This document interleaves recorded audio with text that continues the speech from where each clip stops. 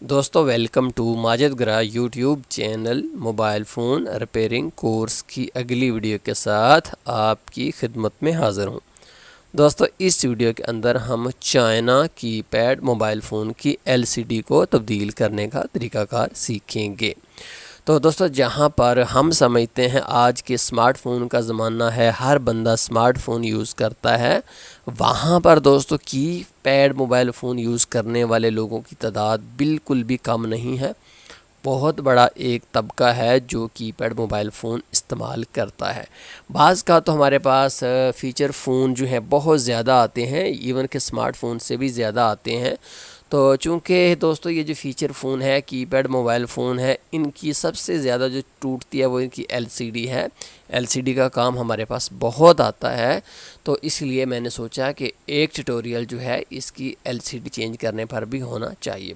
तो इस वीडियो के अंदर मैं आपको चाइना कीपैड मोबाइल फ़ोन की एलसीडी के मतलब मालूमात फराहम करूँगा। तो दोस्तों जैसा कि अगर आप देखें तो इस मोबाइल फ़ोन की एलसीडी यहाँ से टूट चुकी है। दोस्तों चाहे एलसीडी टूट गई हो या एलसीडी सफ़ेद आ रही हो, जैसा कि अगर आप देखें तो इसके अंदर लाइनें आ रही हैं, ये तीनों मसले मसाइल जब भी हों तब हमें एलसीडी को हर सूरत में तब्दील ही करना पड़ेगा और इसका कोई सोल्यूशन नहीं है। तो अब दोस्तों सबसे पहले मैं आपको एलसीडी के साइज़ के मतलब मालूमात फराहम करता हूँ कि एलसीडी के कौन कौन से साइज़ होते हैं। तो दोस्तों सबसे पहले मैं आपको बताना चाहता हूँ कि एलसीडी के 3 साइज़ बिल्कुल कॉमन हैं जो कि आम इस्तेमाल होते हैं। उनमें से ये देखिए, ये एक एलसीडी है, इसको कहते हैं 1.8 इंच की एलसीडी, यानी कि 1.8 इंच की एलसीडी। जो छोटे मोबाइल फ़ोन है इस तरह के, इस सारी फैमिली जितनी भी है इस मोबाइल फ़ोन की इस तरह के जो हमें नज़र आए, उसके अंदर यही जो है 1.8 इंच की एलसीडी इस्तेमाल होती है। उसके बाद दोस्तों जो मोस्ट कॉमन एलसीडी का साइज़ है वो है 2.4 इंच, यानी कि 2.4 इंच। तो जैसा कि मैंने आपको ये मोबाइल फ़ोन दिखाया था ना, इसके अंदर 2.4 इंच एलसीडी इस्तेमाल होती है। और दोस्तों तीसरा मैं आपको बताना चाहूँगा,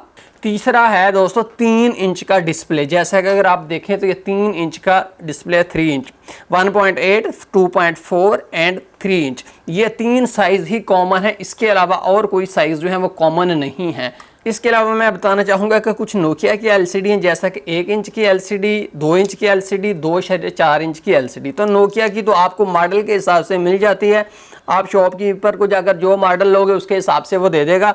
अलबत्ता ये जो है इसके मुतालिक मालूमात थोड़ी सी अहम हैं और हमें लेने की ज़रूरत है। दोस्तों साइज़ के बाद मैं जो आपको अगली मालूमात देनी चाहता हूं उसको नोट फरमाइए। दोस्तों जैसे कि अगर आप इसकी स्ट्रिप को देखें तो यहाँ पर लिखा हुआ है 24, यानी कि ये 24 पिन एलसीडी है। इसकी जो स्ट्रिप है ना, इसके अंदर 24 पिनें हैं। दोस्तों अगर आप एक और एलसीडी मैं आपको दिखाता हूँ, देखिए मैंने इसके ऊपर रखा हो तो हर तरफ से अगर आप देखें तो इसका साइज़ तो सेम है ना, लेकिन दोस्तों यहाँ पर अगर आप देखें तो साइज़ सेम होने के बावजूद यहाँ पर पिनों के अंदर फ़र्क है। ये 15 पिन हैं, इसके यहाँ स्ट्रिप के अंदर 15 पिनें हैं, जैसे कि अगर आप देखें तो यहाँ पर भी आपको पता चल रहा होगा। उसके बाद दोस्तों एक और एलसीडी मैं यहाँ पर लाकर इसके ऊपर रखता हूँ, तो दोस्तों देखिए हर तरफ से साइज़ जो है वो सेम होने के बावजूद यहाँ पर अगर आप देखें तो दोस्तों यहाँ पर लिखा हुआ है 20, यानी कि ये जो है 20 पिन एलसीडी है, इसकी पिनें 20 हैं। एक और एलसीडी दोस्तों मैं इसके ऊपर रखता हूँ, तो देखिए इन सब का साइज़ तो बराबर है, लेकिन यहाँ पर अगर आप तवज्जो फरमाइए तो यहाँ पर लिखा हुआ है 37,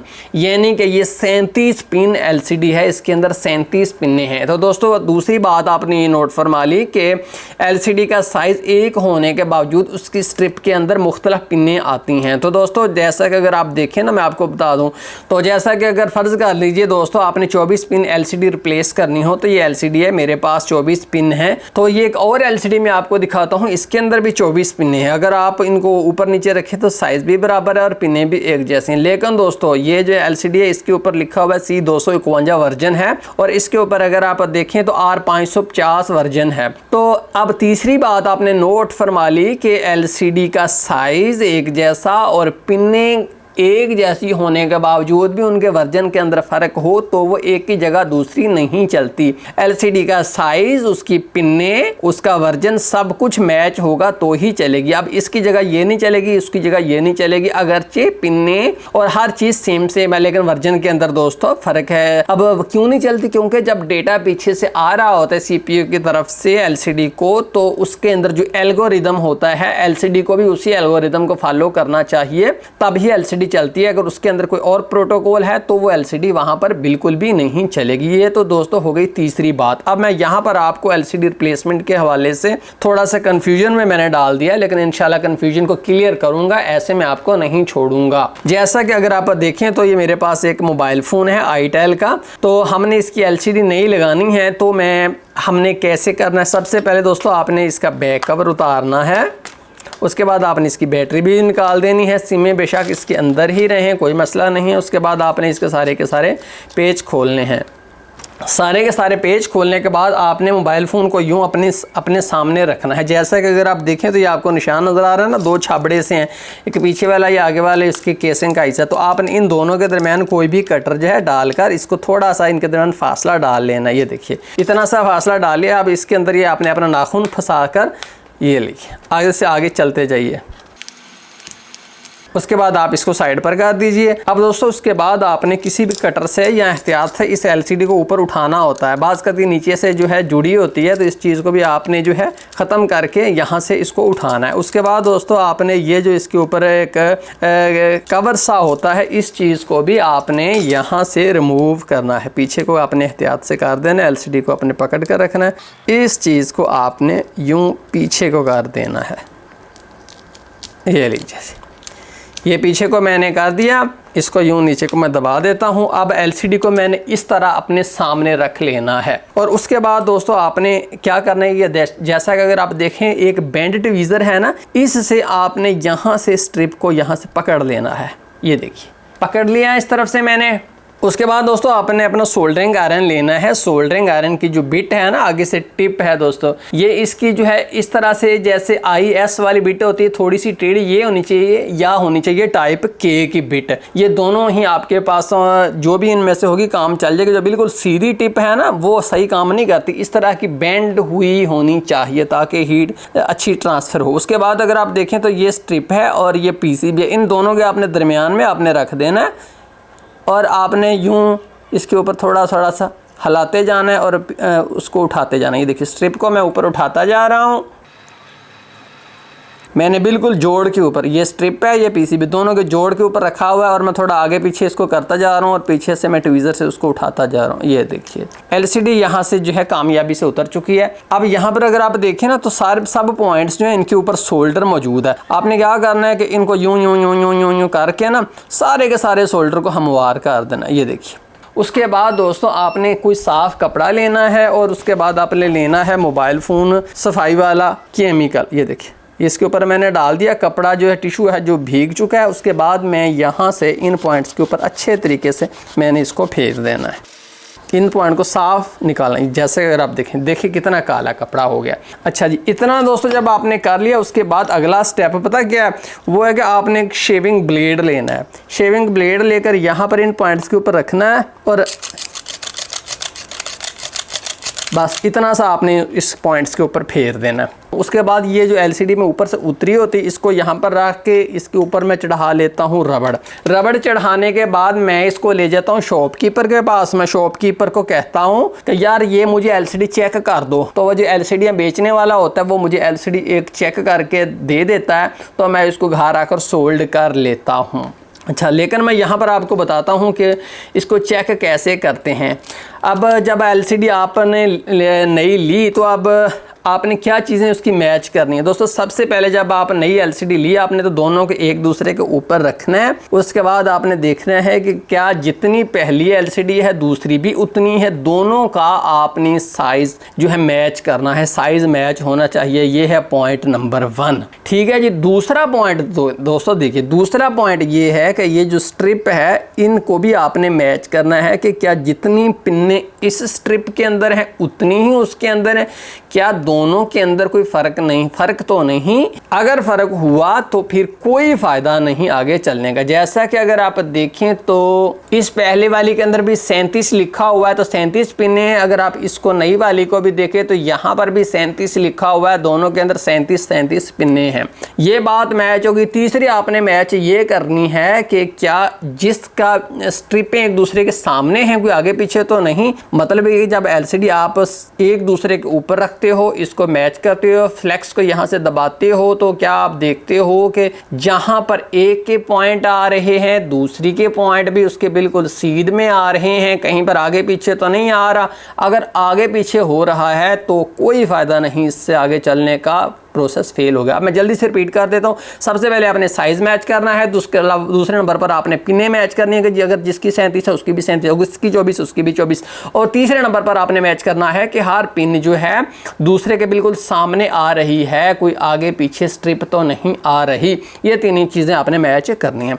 उसके बाद आपने दोस्तों क्या करना है कि आपने अपनी LCD को रख लेना है बिल्कुल सामने, और आपने ले लेनी है एक टेप। जैसा कि अगर आप देखें तो ये मेरे पास एक शीशा टेप है, इसमें से आपने एक जो है पीस ले लेना है। ये देखिए, पीस लेने के बाद आपने इसको सीधा जो है यहाँ पर इन पॉइंट्स के ऊपर लगा देना है। ये देखिए, इन पॉइंट्स के ऊपर आपने लगाकर इसको ऊपर उठा लेना है। उसके बाद आप सीधे इस LCD को यहाँ पर इन पॉइंट्स के ऊपर लगा दीजिए, लेकिन याद रखिए कि पॉइंट से पॉइंट बिल्कुल सीधा होना चाहिए, तमाम पॉइंट्स एक दूसरे के सीध में होने चाहिए।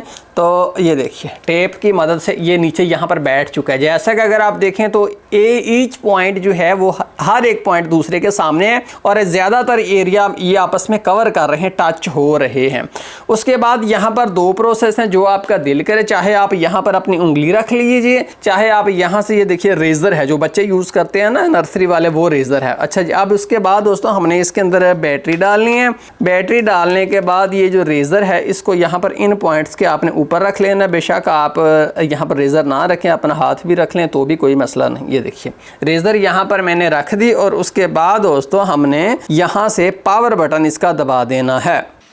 अगर आप पावर बटन दबाएं तो जैसा कि अगर आप देखें तो हमारा मोबाइल फ़ोन जो है वो ऑन हो चुका है, LCD चल पड़ी है। अब यहाँ पर आपने एक दफ़ा LCD को चलने देना है और देखना है कि क्या अच्छा डिस्प्ले आ रहा है, डिस्प्ले के अंदर किसी तरह का कोई मसला तो नहीं। जब आप 1 मिनट उसको चेक कर लें, आपको पता चले कि यार डिस्प्ले बड़ा बेहतरीन आ रहा है, किसी तरह का कोई मसला नहीं, तब आप इससे नेक्स्ट चलेंगे। नेक्स्ट दोस्तों आप ये चलेंगे, आपने बैटरी सबसे पहले रिमूव करनी है, और उसके बाद ये जो टेप जहाँ से आपने पकड़ा हुआ था ना, इसको आपने पकड़कर LCD को यहाँ से रिमूव कर देना है। बट इतनी एहतियात से कीजिएगा कि स्ट्रिप ना फट जाए, क्योंकि स्ट्रिप यहाँ पर फटने का चांस होता है। जब नए दोस्त हैं वो बिलखसूस जब तेज़ी दिखाते हैं तो स्ट्रिप को फाड़ देते हैं। उसके बाद यहाँ से भी आप ये जो टेप है इसको भी रिमूव कर दीजिए, एहतियात से कीजिएगा, कहीं अपना नुकसान मत कर लीजिएगा, ये काम तसल्ली से करने वाले होते हैं। उसके बाद दोस्तों आपने इसको रखना है अपने सामने। सोल्डर वायर को यहाँ पर रखिए इस पॉइंट के ऊपर, और पीछे से सोल्डरिंग आयरन वही जो झुकी हुई बिट आपने लेनी है। अच्छा, उसके बाद आप यूं इसको पीछे को चलाते जाइए। जैसा कि अगर आप देखें तमाम पॉइंट्स के ऊपर सोल्डर लग गया, और कुछ पॉइंट आपस में मिक्स भी हो गए हैं, तो कोई बात नहीं, जो मिक्स हो गए हैं उनको आप यूं छिड़वा दीजिए। ये लीजिए, ये लीजिए, तमाम पॉइंट्स के ऊपर सोल्डर लग गया। अगर जो कोई पॉइंट मिक्स हो जाए तो आपने उसको छड़वा लेना। एक सिमत हो गया, अब दूसरी सिमत में आप अपने सामने इसको कर लीजिए, और दूसरी सिमत में भी आप सोल्डर और सोल्डरिंग आयरन को रख के इसके ऊपर फेर दीजिए, और तमाम पॉइंट्स के ऊपर जो है सोल्डर लग जाए। कोई भी दो पॉइंट आपस में मिक्स नहीं होने चाहिए। जैसा कि अगर आप दोस्तों देखें तो मैंने तमाम पॉइंट्स के ऊपर सोल्डर लगा लिया है ना। अब उसके बाद अगला स्टेप देखिए, हम कहते हैं कि जी इसके बाद मसला ही कोई नहीं। अब यहाँ पर भी एक पॉइंट है जो आपने फॉलो करना है, वो मैं आपको बता देता हूँ। LCD को अपने फ्रेम के अंदर रखिए। फ्रेम के अंदर रखने के बाद आप LCD को यूं ऊपर को उठाइए, तो आप देखिए कि पॉइंट कहाँ पर आते हैं। जैसा कि अगर आप देखें यहाँ पर मैं अगर इसको सोल्ड करूँ ना, तो ये सोल्ड होने के बाद यूँ जब नीचे रखूँगा तो सीधी अपने फ्रेम के अंदर चली जाएगी। तो इस चीज़ को आपने यकीनी बनाना है कि बाज़ का हम LCD को थोड़ा सा नीचे सोल्ड कर देते हैं, अब वो यहाँ पर रहती है, बाज़ का ऊपर सोल्ड कर देते हैं, वो ऊपर चढ़ जाती है यहाँ पर। तो इस चीज़ से आपने बचना है, जहाँ पर वो पॉइंट सीधे आते हैं वहीं पर आपने रखना है। अब आइए सोल्डरिंग LCD की हमने कैसे करनी है। तो दोस्तों सोल्डरिंग करने के लिए आपने मोबाइल फ़ोन को अपने सामने रखना है। जब मोबाइल फ़ोन आपके सामने हो ना, तो आपने LCD को यहाँ पर दो अपनी उंगलियाँ इसके ऊपर रख देनी है। ये देखिए, इसके ऊपर रखने के बाद आपने इसके पॉइंट से पॉइंट बिल्कुल सीधा कर लेना है। ये देखिए जी, यहाँ से पॉइंट सीधा, और यहाँ से पॉइंट सीधा, और नीचे दबाकर देखिए कि क्या हर पॉइंट अगले पॉइंट से बिल्कुल सीधा आता है। बाज़ का हम चंद एक पॉइंट्स का मुशाहदा कर लेते हैं, सब का मुशाहदा नहीं करते, तो बाद में LCD जो है वो टेढ़ी मेढ़ी हो जाती है। देखिए हर पॉइंट दूसरे से सीधा, एक बात। और नीचे से भी अगर आप देखें ना यहाँ से, तो यहाँ पर भी लेवल में यूं तो नहीं या यूं तो नहीं, इस चीज़ को भी आपने देखना है। अगर आप यहाँ से फासला एक जितना रखोगे ना, तो बाद में भी आपकी LCD जो है वो हर तरतीब के लिहाज से ठीक ही आएगी। जब दोस्तों पॉइंट से पॉइंट बिल्कुल सीधा हो जाए और आपने उसको अपने हाथ से दबाया हुआ हो 2 उंगलियों से, तब आपने एक सोल्डरिंग आयरन लेना है और यहाँ पर दरमियान में और कहीं पर और एंड पर आप उसको थोड़ा सा टच कर दीजिए। ये लीजिए, कहीं पर आपने इसको टच कर देना। जब आप उसको कहीं टच कर देंगे ना, तो उसके बाद आपकी LCD जो है वो उन्हीं पॉइंट की मदद से ठहर जाएगी। अब हमने इसको यहाँ पर पक्का करना है। पक्का हमने करने का तरीकाकार ये कि ट्वीज़र लिया, ट्वीज़र से इस पॉइंट को दबाना है और साथ सोल्ड कर देना है। उसके अगले को यूँ आपने तमाम पॉइंट्स को पक्का कर देना है। ट्वीज़र से दबाना है, साथ सोल्डरिंग आयरन रख देना है। दोस्तों हमने तमाम पॉइंट्स के ऊपर ट्वीज़र रखने के बाद थोड़ा सा सोल्डरिंग आयरन से टच कर दिया और ये तमाम पॉइंट्स आपस में जुड़ चुके हैं। लेकिन यहाँ पर भी बात ख़त्म नहीं हुई, आपने इसको एक स्टेप मज़ीद आगे जाकर तमाम पॉइंट्स के ऊपर सोल्डर लगाना है। दोस्तों मैं जो नए लोग हैं उनसे मुखातब हूँ, पुराने जो हैं कारीगर जो हैं वो मेरा मुखातब नहीं है, तो उनका कोई भी स्टाइल हो सकता है। तो अब देखिए, पहला पॉइंट के ऊपर सोल्डर लग गया, अगले के ऊपर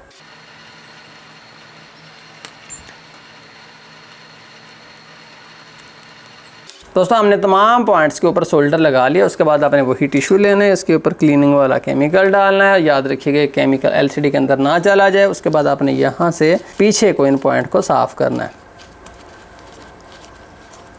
ये लीजिए जी। उसके बाद आपने इन पॉइंट्स का मुशाहदा करना है कि क्या तमाम पॉइंट्स लगे हुए हैं, कोई पॉइंट कमज़ोर तो नहीं, कोई ऐसा तो नहीं कि जो ऐसे लग रहा हो कि जैसे लगा हुआ नहीं है, तो आपने उसको ठीक कर लेना है।